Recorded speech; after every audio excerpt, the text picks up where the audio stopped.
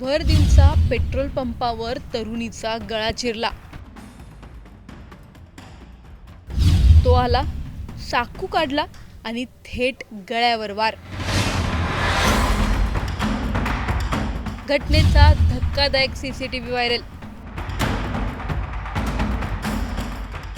संभाजीनगरच्या घटनेने महाराष्ट्र हादरला। छत्रपती संभाजीनगरमध्ये एक धक्कादायक घटना घडली आहे। संभाजीनगरमध्ये एका मुलीचा दिवसा ढवळ्या खून करण्यात आलाय। चाकूने तिच्यावर वार करण्यात आले आणि या घटनेचा धक्कादायक सीसीटीव्ही सध्या सोशल मीडियावर जोरदार व्हायरल होत आहे। हा व्हिडिओ नेमका काय आहे, नेमकं हे प्रकरण काय आहे, मुलाचे आणि तिचे नेमके संबंध काय, ही घटना कधी, कशी आणि संभाजीनगरमध्ये कुठे घडली, हे सर्व जाणून घेणार आहोत या व्हिडिओमधून। त्यामुळे हा व्हिडिओ शेवटपर्यंत नक्की पहा आणि टाइम्स नाऊ मराठीच्या सर्व माध्यमांना सबस्क्राईब आणि फॉलो करायला विसरू नका। सर्वप्रथम हा सीसीटीव्ही नीट पहा। सीसीटीव्हीच्या सुरुवातीलाच दिसतं की ही घटना 9 तारखेची आहे। वेळ आहे दुपारी 12:33 तो नराधम तिच्याजवळ आला। ते एकमेकांशी काहीतरी बोलत होते। तेवढ्यात आरोपीने त्याच्याकडचा चाकू काढला, तिचा हात पकडला, पहिला वार तिच्या पाठीत केला आणि तिला खाली पाडलं। ती जमिनीवर पडल्यावर तिच्या गळ्यावर त्याने सपासप वार केले आणि निर्घृणपणे भर रस्त्यात त्या पेट्रोल पंपावर दिवसा ढवळ्या तिची हत्या केली। हा व्हिडिओ अत्यंत धक्कादायक आहे। आता या घटनेची पार्श्वभूमी पाहूयात। छत्रपती संभाजीनगरच्या जालना हायवेवर असलेल्या करमाड येथील शिवसमर्थ पेट्रोल पंपावर काम करणाऱ्या एका तरुणीची दिवसाढवळ्या ही निर्घृण हत्या करण्यात आली। गुरुवारी दुपारी 12:30 वाजताच्या सुमारास घडलेल्या या घटनेत हल्लेखोराने धारदार शस्त्राने तिचा गळा चिरला। ही संपूर्ण घटना पंपावरील सीसीटीव्ही कॅमेऱ्यात कैद झाली। यामुळे परिसरात मोठी खळबळ उडाली आहे। मिळालेल्या माहितीनुसार तरुणी नेहमीप्रमाणे पेट्रोल पंपावर ड्युटी करत होती, तेव्हा अचानक हल्लेखोराने तिच्यावर चाकूने सपासप वार केले। गंभीर जखमी झालेल्या तरुणीचा जागीच मृत्यू झाला। सीसीटीव्ही फुटेजमध्ये आरोपी हल्ला करताना स्पष्टपणे दिसत असून तपासात हा महत्त्वाचा पुरावा ठरला। घटनेची माहिती मिळताच करमाड पोलिसांनी घटनास्थळी धाव घेत पंचनामा केला। आरोपीच्या शोधासाठी विशेष पथके रवाना करण्यात आली होती। पोलिसांनी सीसीटीव्ही फुटेजच्या आधारे वेगाने चक्र फिरवली। फरार आरोपीला करमाड पोलिसांनी कचनेर येथून ताब्यात घेतलं आहे। बरं, आता या हत्येमागचं कारण तेवढंच धक्कादायक आहे।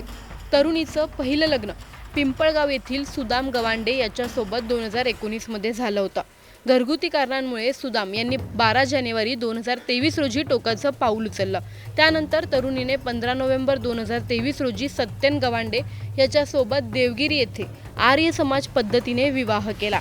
तरुणीला पहिल्या पतीपासून एक मुलगा आणि एक मुलगी आहे। दुसरं लग्न झाल्यानंतर काही दिवस तरुणी कुंभफळ येथे राहत होती। मात्र 1.5 महिन्यांपूर्वी सत्यनसोबत काही वाद झाल्याने ती करमाड येथे राहायला आली होती। मृत महिलेचं हे दुसरं लग्न होतं। तिला आधीच्या लग्नातून एक मुलगा आणि मुलगी आहे। पहिल्या पतीच्या मृत्यूनंतर काही महिन्यांनी तिने सत्यन गवांडे यांच्यासोबत मंदिरात लग्न केलं, पण त्यानंतर दोघांमध्ये मतभेद निर्माण झाले आणि ते एकत्र राहत नव्हते। दरम्यान सत्यन गवांडे याचा दुसरा लग्नाचा विचार सुरू होता। त्यासाठी तो घटस्फोटासाठी आग्रह करत होता। मात्र तरुणीने घटस्फोट देण्यास स्पष्ट नकार दिला। यामुळे रागाच्या भरात त्याने तरुणीला गळा दाबून खून केल्याची माहिती समोर आली आहे। या घटनेनंतर करमाड पोलिसांनी आरोपीला अवघ्या 1 तासात अटक केली असून पुढील तपास आता सुरू आहे। अशा घटना वारंवार घडत असताना प्रशासन नेमकं काय करतंय? महिलांच्या सुरक्षेसाठी ज्या योजना आहेत त्या फक्त कागदांवरच का राहतात? सीसीटीव्ही असूनही गुन्हेगारांना एवढी हिंमत येते कुठून? घटनेपूर्वी काही तक्रारी होत्या का? असतील तर त्यावर काही कारवाई का नाही झाली? भर दिवसा अशी घटना घडते म्हणजे पोलिसांची गस्त आणि सुरक्षा व्यवस्था कुठे होती? गुन्हेगारांना कायद्याची भीती उरलीच नाहीये का?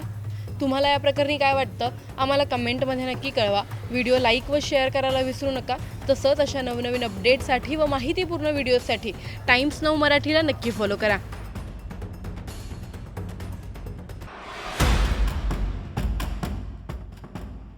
70 तासात 5 खून, नांदेडमध्ये रक्तरंजित सिरीज।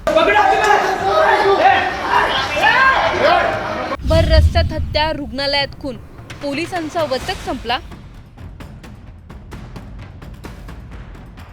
नांदेडचा बिहार होतोय का? पहिल्या दिवशी 3, दुसऱ्या दिवशी 1 आणि तिसऱ्या दिवशी 1। नांदेड शहरात दर दिवसाला हत्या। एप्रिल महिना सुरू होताच नांदेड जिल्ह्यात हत्यांचं सत्र सुरू झालंय. भीषण गँगवॉर आणि त्या पाठोपाठ हत्या यामुळे नांदेड जिल्ह्याच्या कायदा सुव्यवस्थेवर प्रश्नचिन्ह निर्माण झालंय. अवघ्या 4 दिवसात 5 हत्या झाल्यामुळे नागरिकांमध्ये भीतीचं वातावरण आहे. पोलीस, गुप्तचर यंत्रणा आणि नांदेडमधल्या स्थानिक प्रशासनाच्या कारभारावर प्रश्नचिन्ह उपस्थित केले जाते. या सगळ्यावरून नांदेडचा बिहार झालाय का असा सवाल आता केला जातोय. नांदेडमधले नागरिक सुरक्षित आहेत का? पोलिसांचा गुन्हेगारांवर वचक संपलाय का? आणि प्रशासन या सगळ्याकडे डोळेझाक करतंय का? नांदेडमधील वाढती गुन्हेगारी, गँगवॉर, पोलीस यंत्रणेची भूमिकेचा सविस्तर आढावा घेणारा हा स्पेशल रिपोर्ट पाहूयात. त्यासाठी हा व्हिडिओ शेवटपर्यंत पाहत रहा आणि टाइम्स नाऊ मराठीच्या यूट्यूब, इन्स्टा आणि फेसबुक पेजला फॉलो करायला विसरू नका.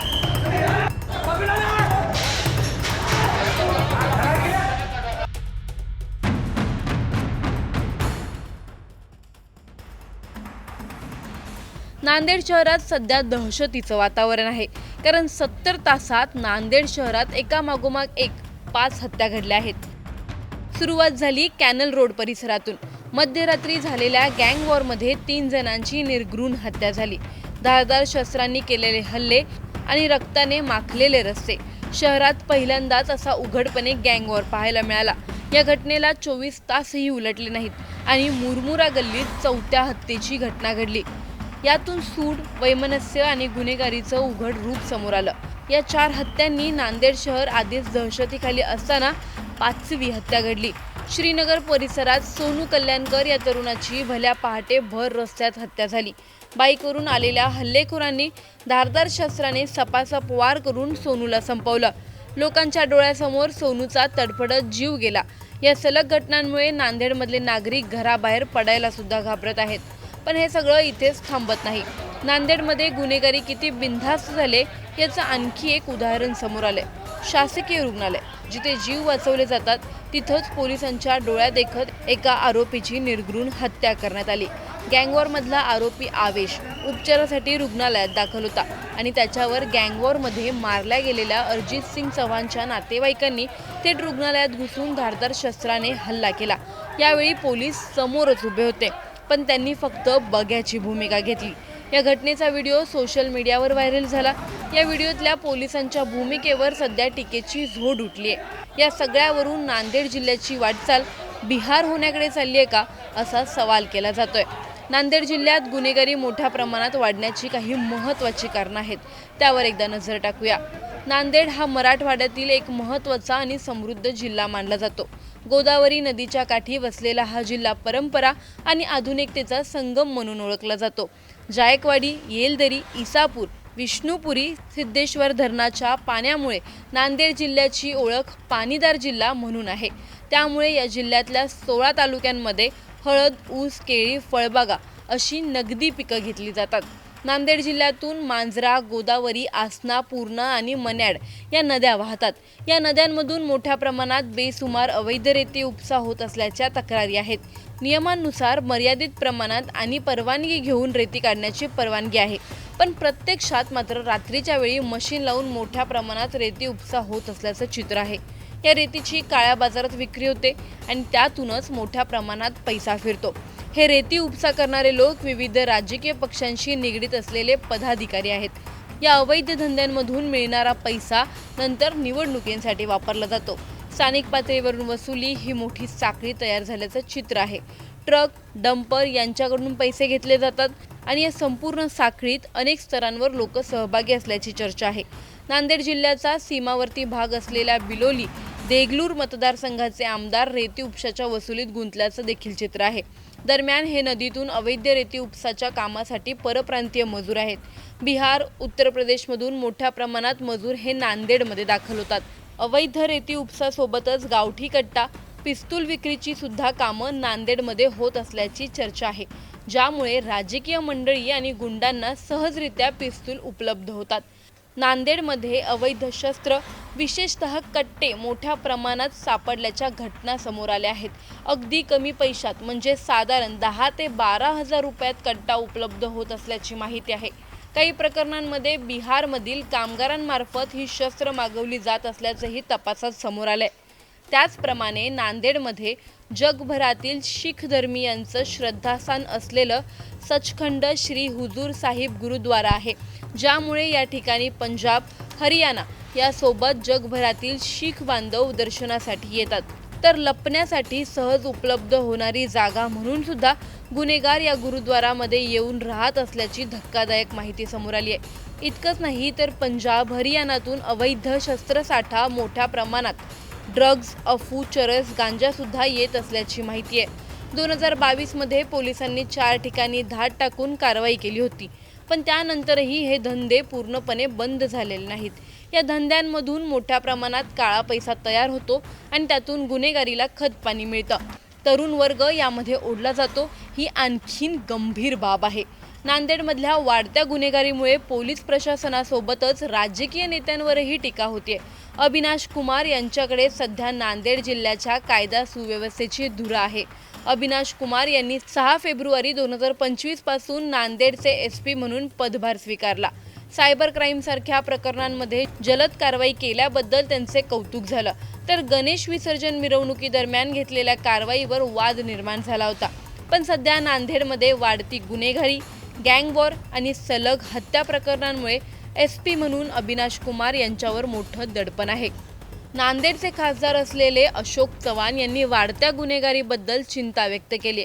या प्रकरणात जे दोषी असतील त्यांच्यावर कठोर पावले उचलण्याची गरज असल्याचं म्हटलंय. मात्र वाढत्या गुन्हेगारीच्या पार्श्वभूमीवर काही गंभीर प्रश्नही उपस्थित होतात. इतक्या मोठ्या घटनांनंतरही राजकीय नेतृत्व प्रभावी हस्तक्षेप का करत नाही? नांदेडमध्ये दीर्घकाळ राजकीय प्रभाव असतानाही गुन्हेगारीवर नियंत्रण का नाही? अशोक चव्हाण नांदेडमधले मोठे राजकीय नेते असल्यामुळे वाढत्या गुन्हेगारीवर त्यांची भूमिका महत्त्वाची ठरते. नांदेडमध्ये 70 तासात 5 खून होतात. रुग्णालयात पोलिसांसमोरच हत्या होते. भर रस्त्यात लोकांना कापलं जातं. मग नेमकं चाललंय तरी काय? पोलिसांचा गुन्हेगारांवर वचक संपलाय का? की गुन्हेगारांना कोणाचं तरी संरक्षण आहे?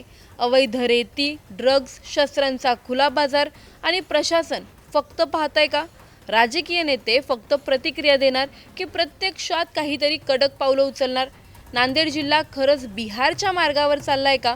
तुमची या सगळ्यावर प्रतिक्रिया काय आहे?